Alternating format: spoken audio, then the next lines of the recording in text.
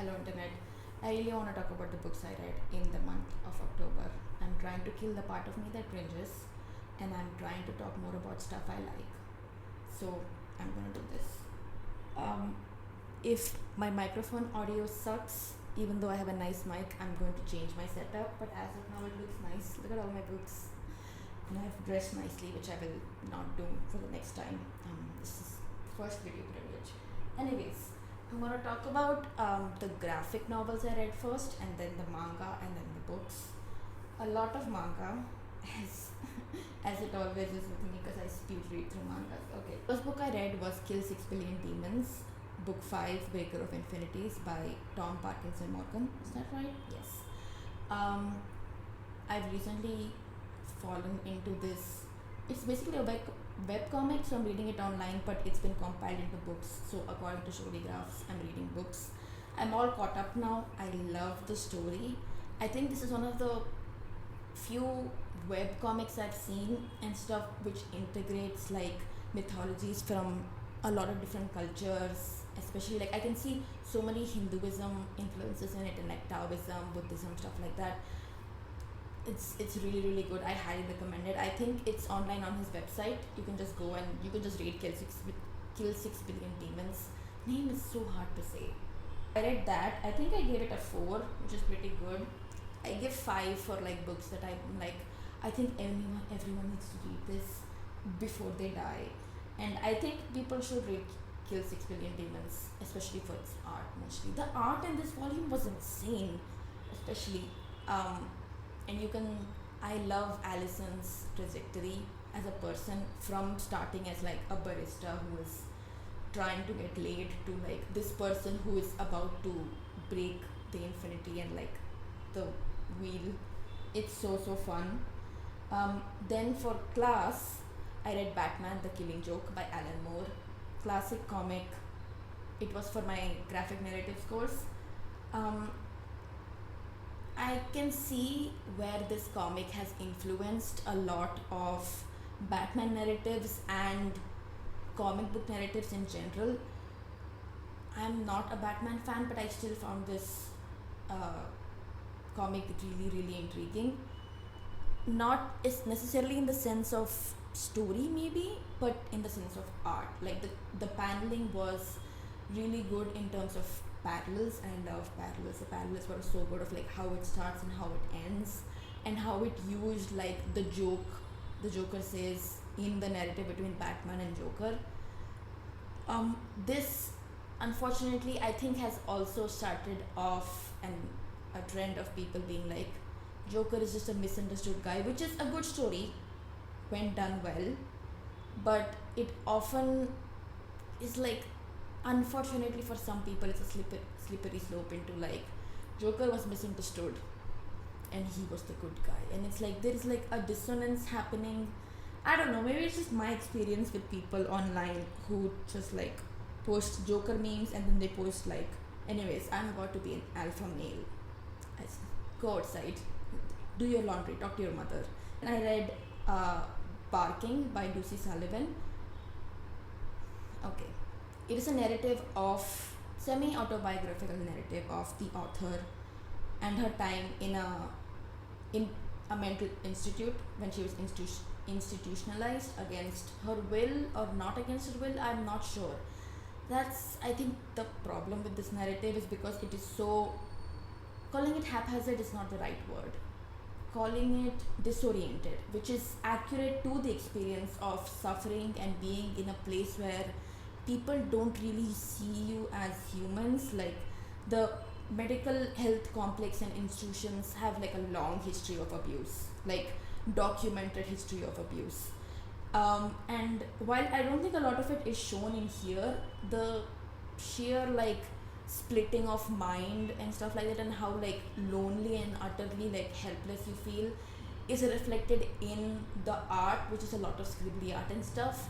But I think a downside of that is the narrative and the art comes off as very confusing to people. Like I remember reading reviews for this and people being like, I didn't understand the plot fully, but I get what she's saying. And she has put forward her point very very well. You read it and you start to feel like uncomfortable in your skin, but the plot is, it's not really a plot. You know what I mean? It's just like this is my experience documented in the most accurate way possible, which is like bang on the head. This is really really good, but it can be disorienting for some people. That's why I gave it only a 3, because it felt a little, it did what it had to do, but it could have done more. I read Acting Class by Nick Drasano. Is that how it's pronounced? Dranaso. Apologies. Hey, uncomfortable. I don't like that. The narrative follows people who are like very helpless in life and who are going through bad patches in life, and they go to an acting class, and this acting coach leads them on journeys, and it's like, it is so uncomfortable because he basically hypnotizes, not exactly hypnotizes, puts them into these trances, and they have to act out situations of like what ifs, and it slowly goes from like, what if, you know, I was in a happy marriage, what if I had a head full of hair, to like, I'm a pedophile and I'm on the run, and you know, I have been arrested for a crime I did not do and I am facing severe police brutality. It gets violent in many like small ways, and it like freaks me out. I think a lot of people should read this, but I still give it a 3.75 because I feel like if I read it again and not, you know, get just confused by the pacing, I would have much more fun. Then I read Absolute Wonder Woman, the first issue. My friend was sending, you know, shorts from it, and I was like, this seems really cool. Can I get into it? And she was like, absolutely. So I read it. Again, not really a huge comic book nerd. I might become one since where I am on like this path. The paneling in the story was gorgeous. There are several panels where I'm like, I should print this and put it on my wall. The paneling goes crazy, and the coloring as well. It makes me want to like eat it. The coloring reminds me of like jelly toffees. It's like you put it in your mouth and you're like yum yum yum yum yum. You know, that does not make sense, but it makes sense to me. Also, the story is insane. Like Diana is born from we don't know where. No, we know where, from the tribe of Amazons who have been eradicated by Zeus, and then she grows up in hell, and then she escapes hell and she protects the world. Insane story. I really really love how she's drawn in it. She just exudes a kind of strength that I don't know. I don't see a lot of comic book characters have. Maybe it's just the art style. Maybe it's the how she has been developed. I love the art style as well, by the way. The art style, the colors, the paneling. This is a really, really good comic book. This is a comic book which I was like, hey, if you want to get into Wonder Woman, I would recommend this.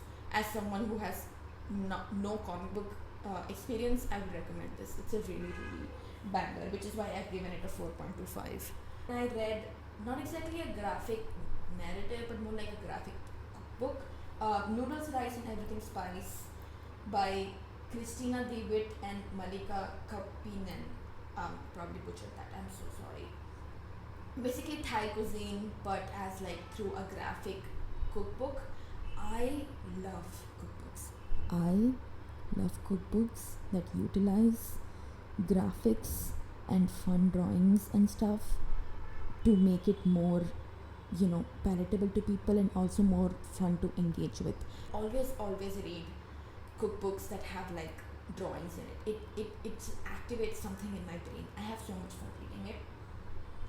Okay, now we're on to the manga. So we're gonna start with One Piece. Listen, I used to be someone who used to make fun of people who read One Piece because I'm a very spiteful person in very specific ways, right?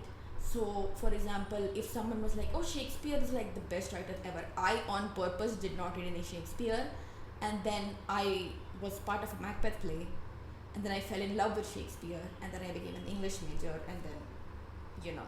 So, on purpose, I didn't get into One Piece, and then a lot of people in my life were like, One Piece seems like exactly your kind of thing, and I was like, okay, guess what? It's exactly my kind of thing. I love stories of like hope, persevering through everything. I love main characters who use kindness as a weapon.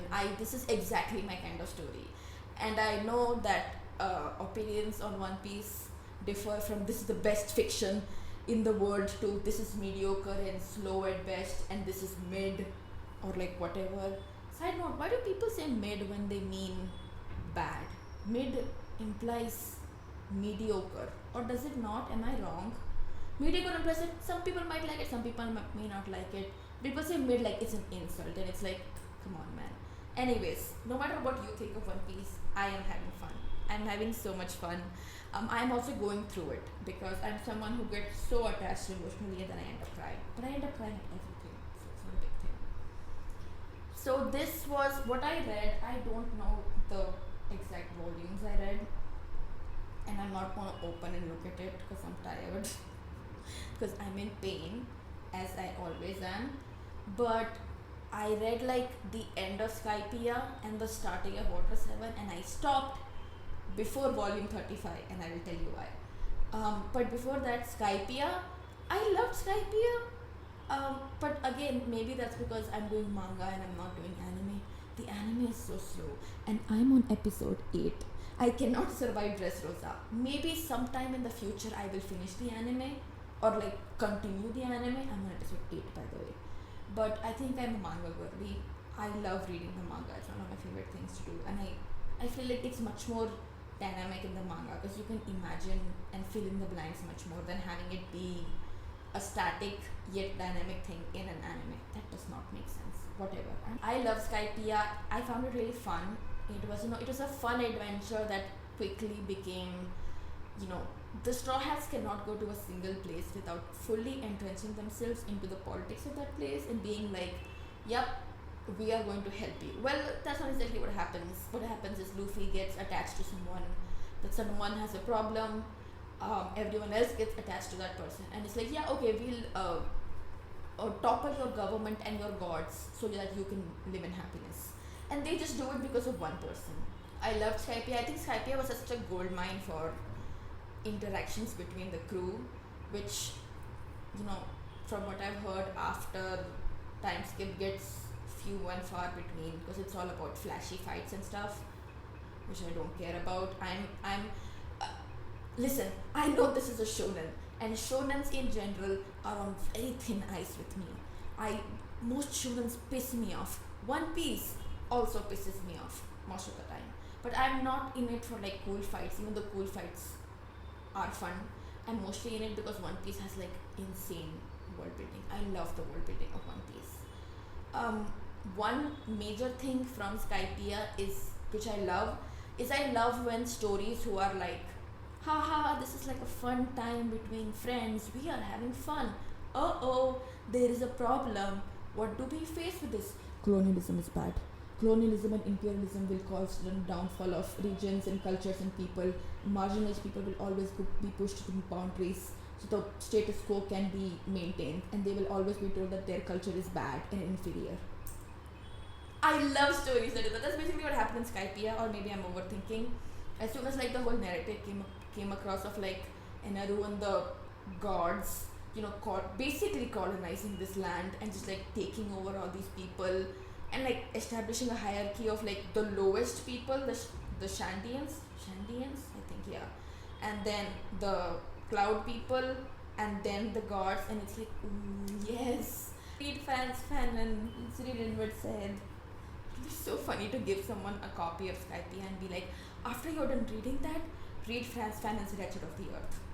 It'll make complete sense. I started Water 7, well before Water 7 was Long Ring Island, whatever.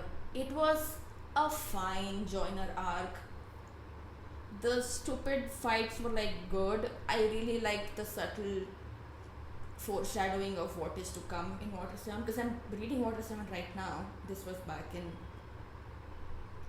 October, sorry, not September. I really liked the foreshadowing. I stopped before volume 35. Now here's why.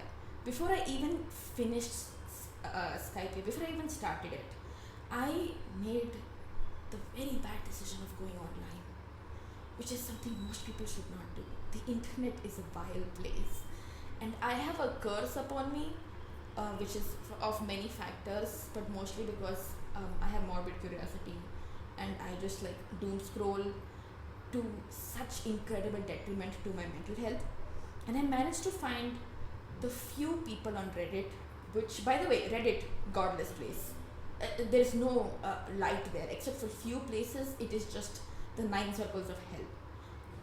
I managed to find a handful of people who are like, yeah, Water 7, Usopp sucks, and that arc sucked, and he sucked in that arc, and he was useless, and he should die.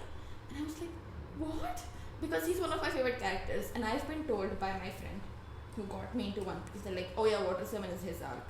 So I texted my friend, who is known to be a liar and a trickster, that wait, what are these people saying? And he's like, why are you on Reddit? And how did you manage to find the handful of people on Reddit who just don't understand the story? And again, this is fully on me. This is my curse of going online and seeing people say that if you like this, you're a bad person and I hate you. And then my brain personalizes that of like, I am a bad person. Which is not how it works. But this is fully on me for invoking the miseries onto myself. This is nobody's fault. This is fully my fault. But to make a long story short, I'm not allowed to go on Reddit anymore. I've been banned by my friends. They say that even if you want to go look for a question, send it to us, we will look it on Reddit, because that's how bad I am at doom scrolling. And I also have like left most of social media right now, so I'm free of most of the circles of hell. That's not true. I'm still on YouTube Shorts.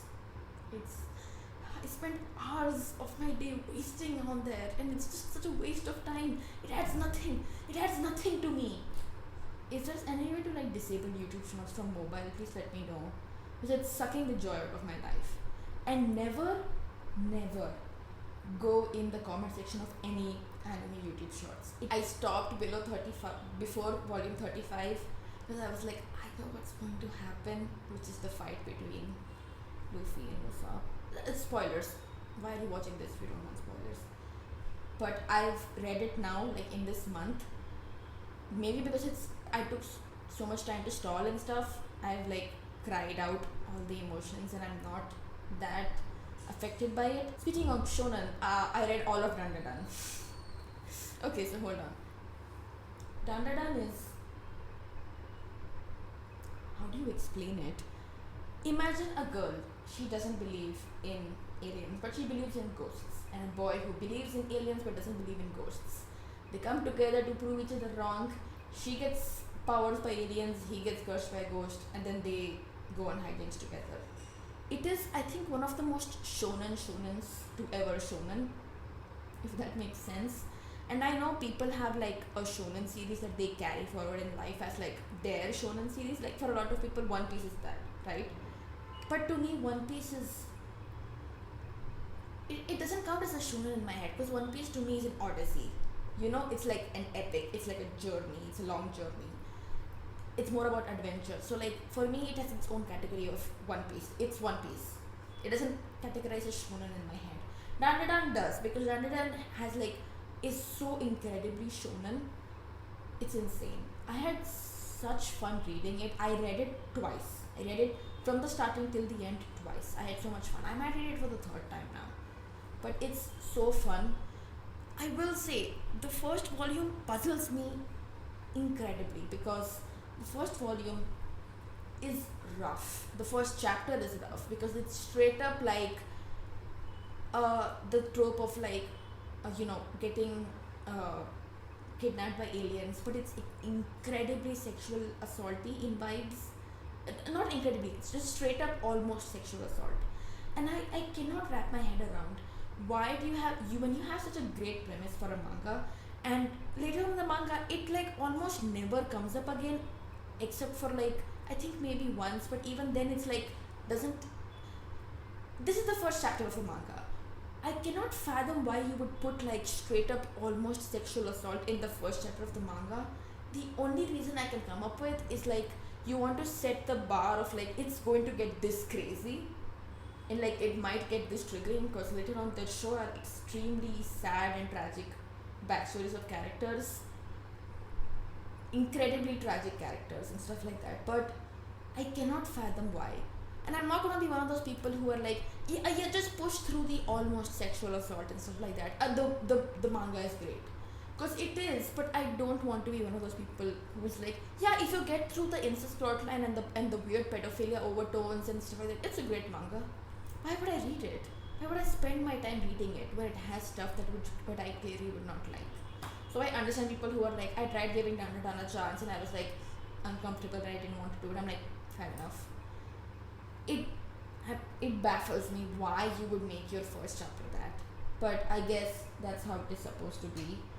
Dandadan is genuinely so fun. It like there is a character who is like meant to be a take on the pervert character trope, but he's not really a pervert. He's just like a little bit always flirting and failing, but he's genuinely a very very cool character.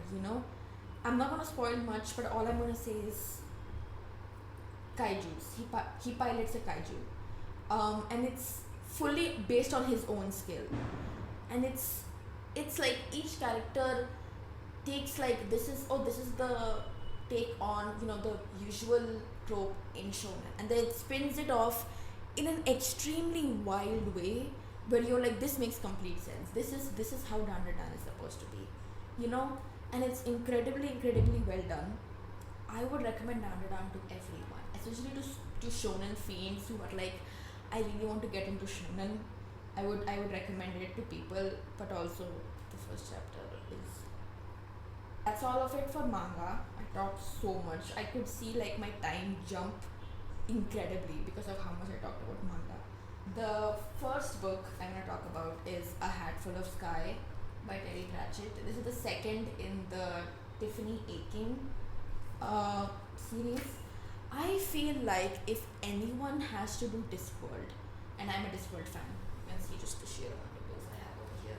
But I feel like if anyone has to get into Discworld, most people would tell them to read the City Watch series, which is like a police procedural basically. But I would say Tiffany Aching, because Tiffany Aching is a timeless series. Like, this would hit if you were a kid, this would hit if you were in your teens, this would hit when you're like in your early adulthood at 20 years of age, this would hit when you were like 40, this would hit when you were 60. It is such an incredibly rooted story in just how human nature is. Tiffany King is also one of the most characters of all time. She like immediately falls into your heart and gets stuck there, and she will not leave. She's an incredible protagonist. The second book, I feel like I have a lot of love, because the first book I read during a time where I was like not fully there, so it didn't fully stick in my mind. The second book I read, A Hat Full of Sky, I read during a time where I was much more open and receptive to like what Terry Pratchett was putting down. So I had a lot of fun with this book, and I was listening to it in audiobook as well, narrated by Indira Verma.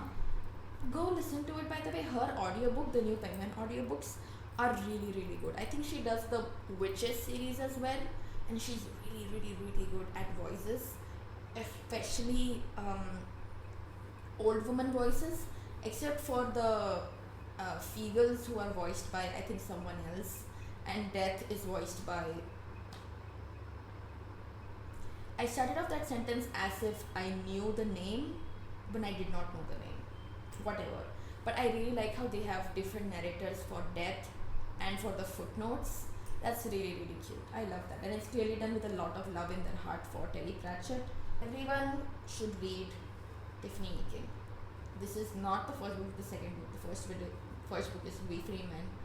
But also this is just, I feel like everyone should read it. Especially people who are into Discworld but only read City Watch and don't read anything else. It's like, no, you are supposed to read this because it offers such a different perspective on the life on the disc from different people who are under different circumstances, and it's really cool. Next is classic, which I had to read for October, We Have Always Lived in the Castle by Shirley Jackson.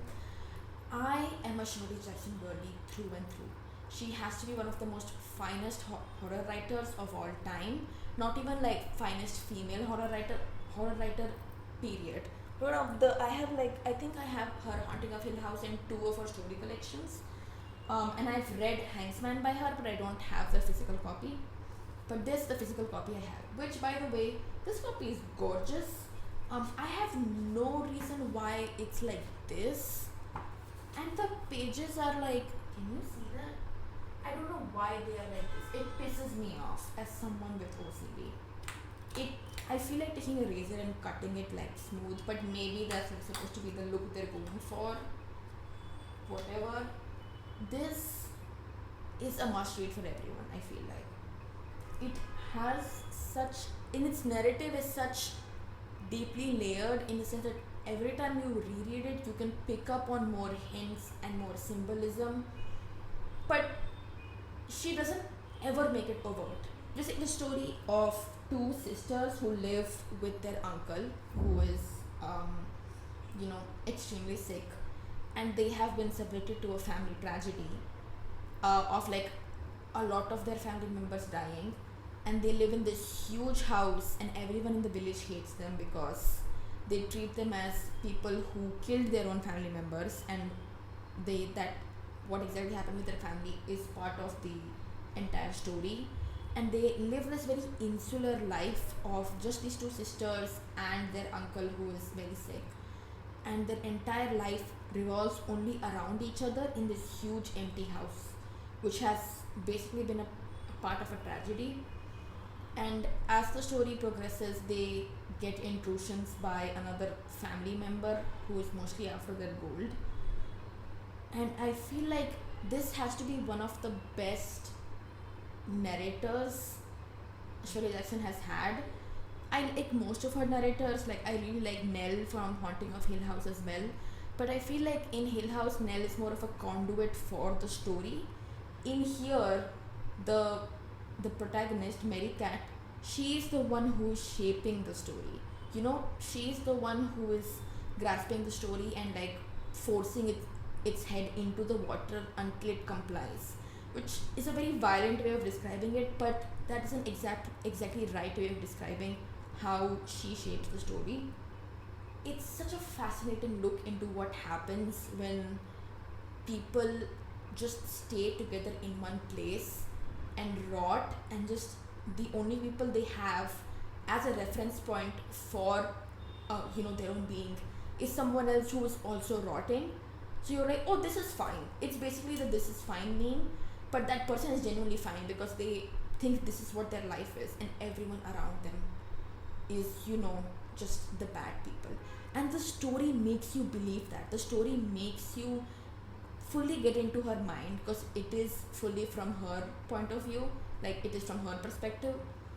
And you can feel like the exact emotions she's feeling of like intense hatred, intense jealousy, and stuff like that. It's an extremely visceral novel, and basically nobody does it like Shirley Jackson. Nobody can ever strike a nail into the dark mess of just human nature and just have it be out front and for you to look at it and feel uncomfortable. She's incredibly good at it. I recommend this book to everyone, as I recommend The Haunting of Hill House, which is not the same as the Netflix show. The Netflix show is good in its own right. The book is not the same. The show is great. The book is even better. And the book is not the same as the show. I'm gonna have another video about it where I just yell and cry about how much problems I have when people compare the book to the show or imply that the book was boring compared to the show. When I catch you. Next on my list is again Terry Pratchett, The Fifth Element. The Fifth Elephant. The Fifth Element is a movie that he has made a spoof title from. But this was a City Watch book. I think the older I am getting, the more I am sort of not exactly finding myself connected to City Watch books. I'm falling more into like the Tiffany aching witches side of it all. Maybe mostly because I think I've lost love for police procedurals and stuff like that. But the beauty of City Watch books is it is a police procedural, but also it is something else. And that something else is half explored but not fully explored, which can be frustrating at times and is also but still piques your interest, you know. This is basically Vimes and Sybil. Sybil, I love you. Along with a few of their officers go to Uberwald because the king of dwarves is getting coronated. And again, it boils down to, as what most city watch novels boil down to, of like how the layers of, you know, marginalization occur within communities and outside communities and in a bigger city like Ankh-Morpork, and you know how tradition differs from places to places, stuff like that. A lot of great characters introduced in here. Number one being Lady Margoletta. She is a pink vampire, and by pink I mean she's dressed head to toe in pink, and she has a tiny rat. That has to be one of the best characters ever made, and she's a complete bitch in every single scene. And also, as with most books, Vimes goes absolutely through it. Oh, also this book has werewolves. That's sort of a main point. I did not focus on that. I was too taken up by Lady Margoletta. Book has a lot of parallels between Vimes and Sybil, and you know Carrot and Angua. How like their relationships parallels, and like how different, maybe not parallels, but like how the relationships work. I will clap and cheer every scene that Sybil is in. I think she has to be one of the best characters I've seen in a Discworld book. Period. I'm completely in love with her, and I know for a fact that if I was transported to Discworld, Vimes would hate me. Number one is because he's a cop at the end of the day, and he would arrest me for like, I don't know, loitering with intent or whatever, which is a stupid and incredibly ridiculous law, by the way. That's a dumb thing to arrest someone over, and frankly vile thing. But also because I would spend every waking moment flirting with his wife, and I don't think he would appreciate that. This book also had a lot of revelations for both the relationships. I'm not a huge Carrot Angua fan in like how the relationship works, because Angua reads such as a sapphic to me, but Carrot is also like such a nice character as well. So the relationship does have ups and downs, but I feel like this book was like, I see like the relationship is kind of cute, you know. There's just absolute yelling coming from outside because I live with a lot of people.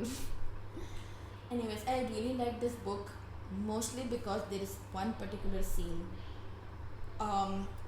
with Vimes and like a climax, but not entirely a climax in that scene, where when it's done and he walks away, and because you are in Vimes' head and you know how his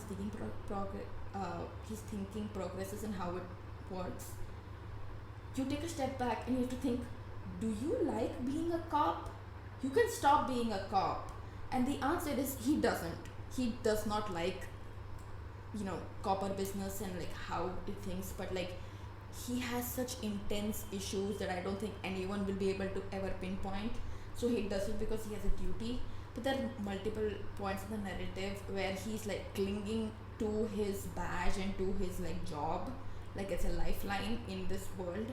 And then there are moments where you're like, I don't think he likes his job or like what it entails for like being a cop, and like the brutality and the violence that it comes from, because he is very much a flawed man as well. And Pratchett emphasized that many times in the books as well in the future books as well. But it's a really look where you're like, this could have been explored in other ways, but this way is also pretty good way, you know. Then I read, this was I think an impulse buy. Oh, this paper. So I think this was an impulse buy. This is a recent book, The Red Kitchens of Marathwada. It's basically like Dalit cuisine and how it has been ostracized, in the sense of like non-vegetarianism is often ostracized in the India of now, of like this is dirty cuisines, or like this is cuisines meant for dirty people, and it's a very detailed kind of history of how the food culture came about and how specific foods are prepared, and it has recipes as well, and how those specific recipes connect to people and how they have changed through the years, as you know, either people have gotten better like resources and like food and electricity and stuff like that.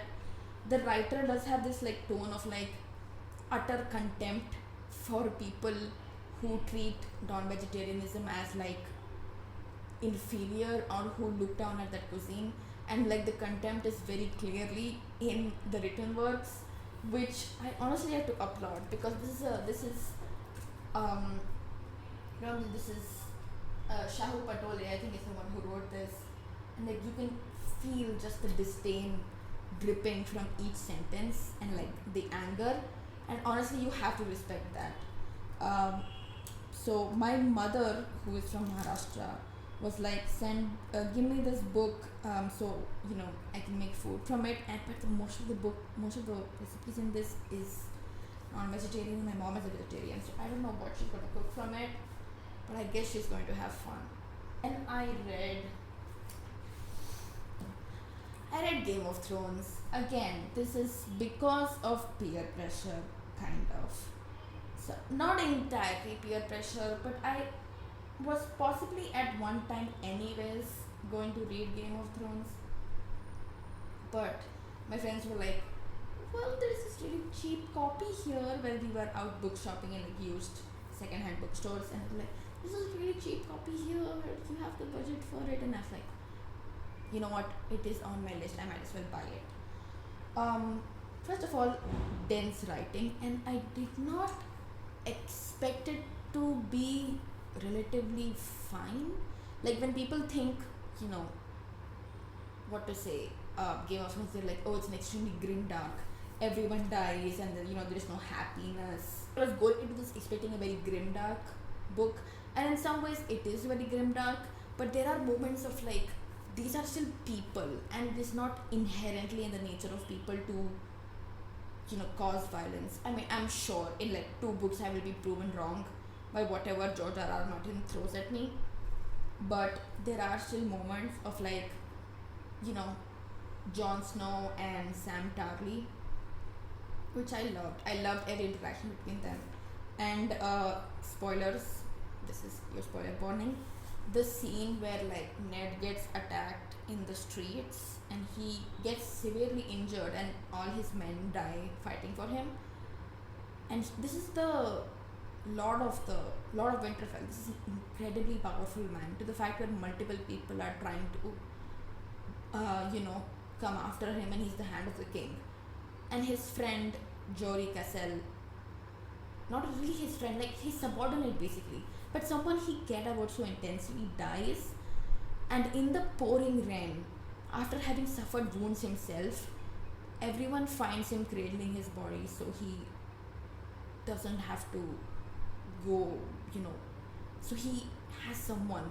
Even he's dead, he's fully dead, Jory is dead, but Ned still holds him, because of course you would. If someone you love died, you would like to hold on to them till the very end. And it came out of nowhere for me, because I was going into this being like, okay, this is just everyone hates each other kind of narrative.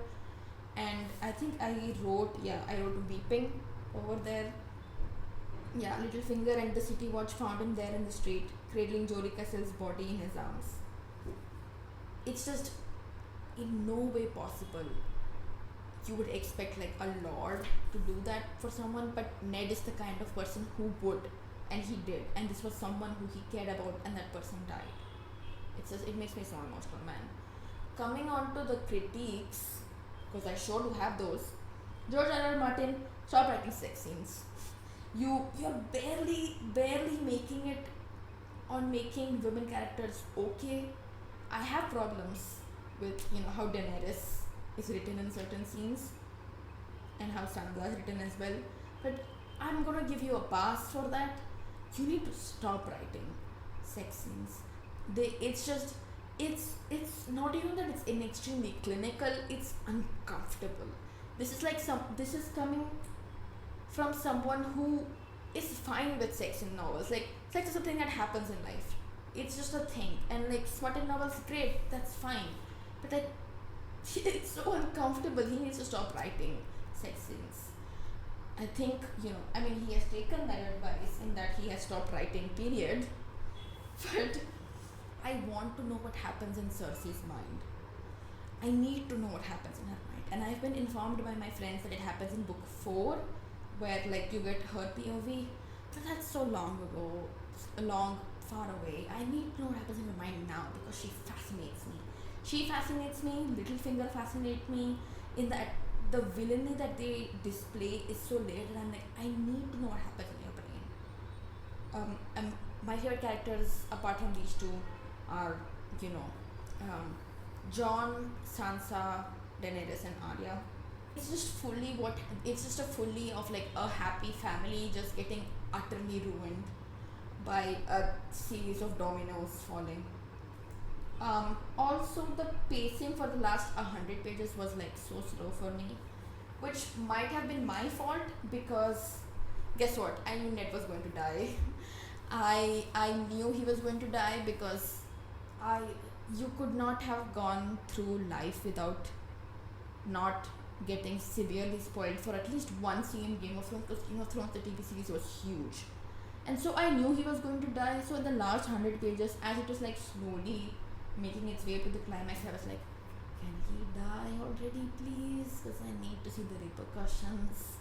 I mean, the repercussions are the entire books of like what happens, but it got a little slow at times. And in an ideal reader who doesn't know shit about Game of Thrones, it would be like a slow building climax of like, oh no, what's going to happen? What happens is Ned dies, which you wouldn't expect, or maybe you would, because he's like relatively good guy, and this is like, you know, Game of Thrones. But it got a little tiring for me. Unfortunately, I had fun reading it, despite how much I would have made it seem like I hate it or whatever. I have Clash of Kings up there. I have to read it. It's just that it is a huge tome, and the font is small, and it takes time to read. But I will have fun reading it. I've been told that the next book has Brienne in it, and I'm excited to get into Brienne's story because every time I see Brienne, especially the actress who plays it, I think Christine Gwen something. I do not know the name. Hold on, I'm gonna Google it. Gwendolyn Christie, right? Gwendolyn Christie. She's so gorgeous, and she's so tall, and she's so powerful and beautiful. So I'm really interested in how Brienne's story comes about. So I'm going to read Game of Thrones. I'm seeing it like someone's forcing me to read it. I'm having fun, but like I would not have ever expected me to ever get into it and just be like, I'm having fun. Then I read Hayavadana by Girish Karnad, which is a play which I read for my Indian Literatures course. It is sort of like, you know, inspired by Transposed Heads by Thomas Mann, if I'm right. And if I'm not right, I screwed up in my exam. It was fun to read. I love plays that are like play within a play and stuff like that. I did not care about the main play going on. I was more cared about like the background characters and like the narrator and stuff like that, and which was, you know, much more fun for me. And I love any play that has characters that like turn towards the audience and, you know, ask them questions, or who have like some semblance of a Greek chorus going on. It's always so fun. But it was really fun to read, and it was really fun to read from the perspective of someone who, and I think it might hit harder for people who have like lived in India, or who have knowledge of like how the culture is and how, you know, Hinduism informs decisions and stuff. And this play sort of like poking fun on the whole idea of like body and soul, but also integrating elements of like the, you know, plays, Indian plays, you know, Indian performances, Indian gods, mythology and stuff like that. I really, really loved it. Another thing which I read for, actually no, this was for another course, which is Mother Forest, the unfinished story of C.K. Janu by C.K. Janu. It's like her biography or autobiography of like living as an Adivasi woman, and like her life slowly being categorized of like, you are an Adivasi, and then the further smaller category of you are an Adivasi woman, and how like she's unable to connect both those forms of her identity with women outside of her community, women in her community, with people who claim that they're going to change the world like Communist Party, but who are unable to understand the lives of Adivasis and like the ecological impact that their lives are intertwined with. It's a really great read. I feel like people should read it more. It's like a really great look into Adivasi narratives and how completely estranged they feel from any other dialogue going on in politics or society, because people are unable to understand where even they're coming from or able to even give them any respect. It's a really really great book. Then, because I was feeling in a little bit of an Alice in Wonderland mood, I read a Wonderland, an anthology by which is a bunch of stories by people who have written short stories or poems and stuff like that, inspired by Alice in Wonderland. Alice in Wonderland is one of my favorite stories of all time. This book series was a lot of misses, but some hits as well. I really don't like it when stories run with Alice in Wonderland being like, this is a story about drugs and violence hidden in like a kid's story. I feel like we have moved past that. Come up with something new. I like the stories in this which are like they use the whimsy of Wonderland but still talk about real life issues. Like there's a story of this girl who is being sort of, in a very bad situation with like adults in her life, and then she goes to Wonderland, and then she's able to find the courage but also like violence to deal with these people, and it has the whimsy of Wonderland but it also has like the harsh reality. And I also love the shows which talk about the potential lore of Wonderland, but those can also be hits and misses, because like I feel like any short story inspired by Wonderland, if you are unable to capture the whimsy of Wonderland, it's not gonna gel well with me. I need the whimsy, I need the bizarreness and the arbitrariness of Wonderland, and then it'll be a hit for me. All in all, it's a solid anthology. I gave it a 4.25 because stories that did hit really really good, but there were like some misses in this.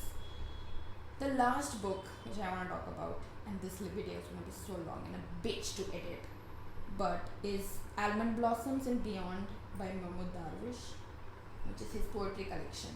I've been wanting to get into more Palestinian poetry and Palestinian non-fiction because of the situation in Gaza and stuff like that.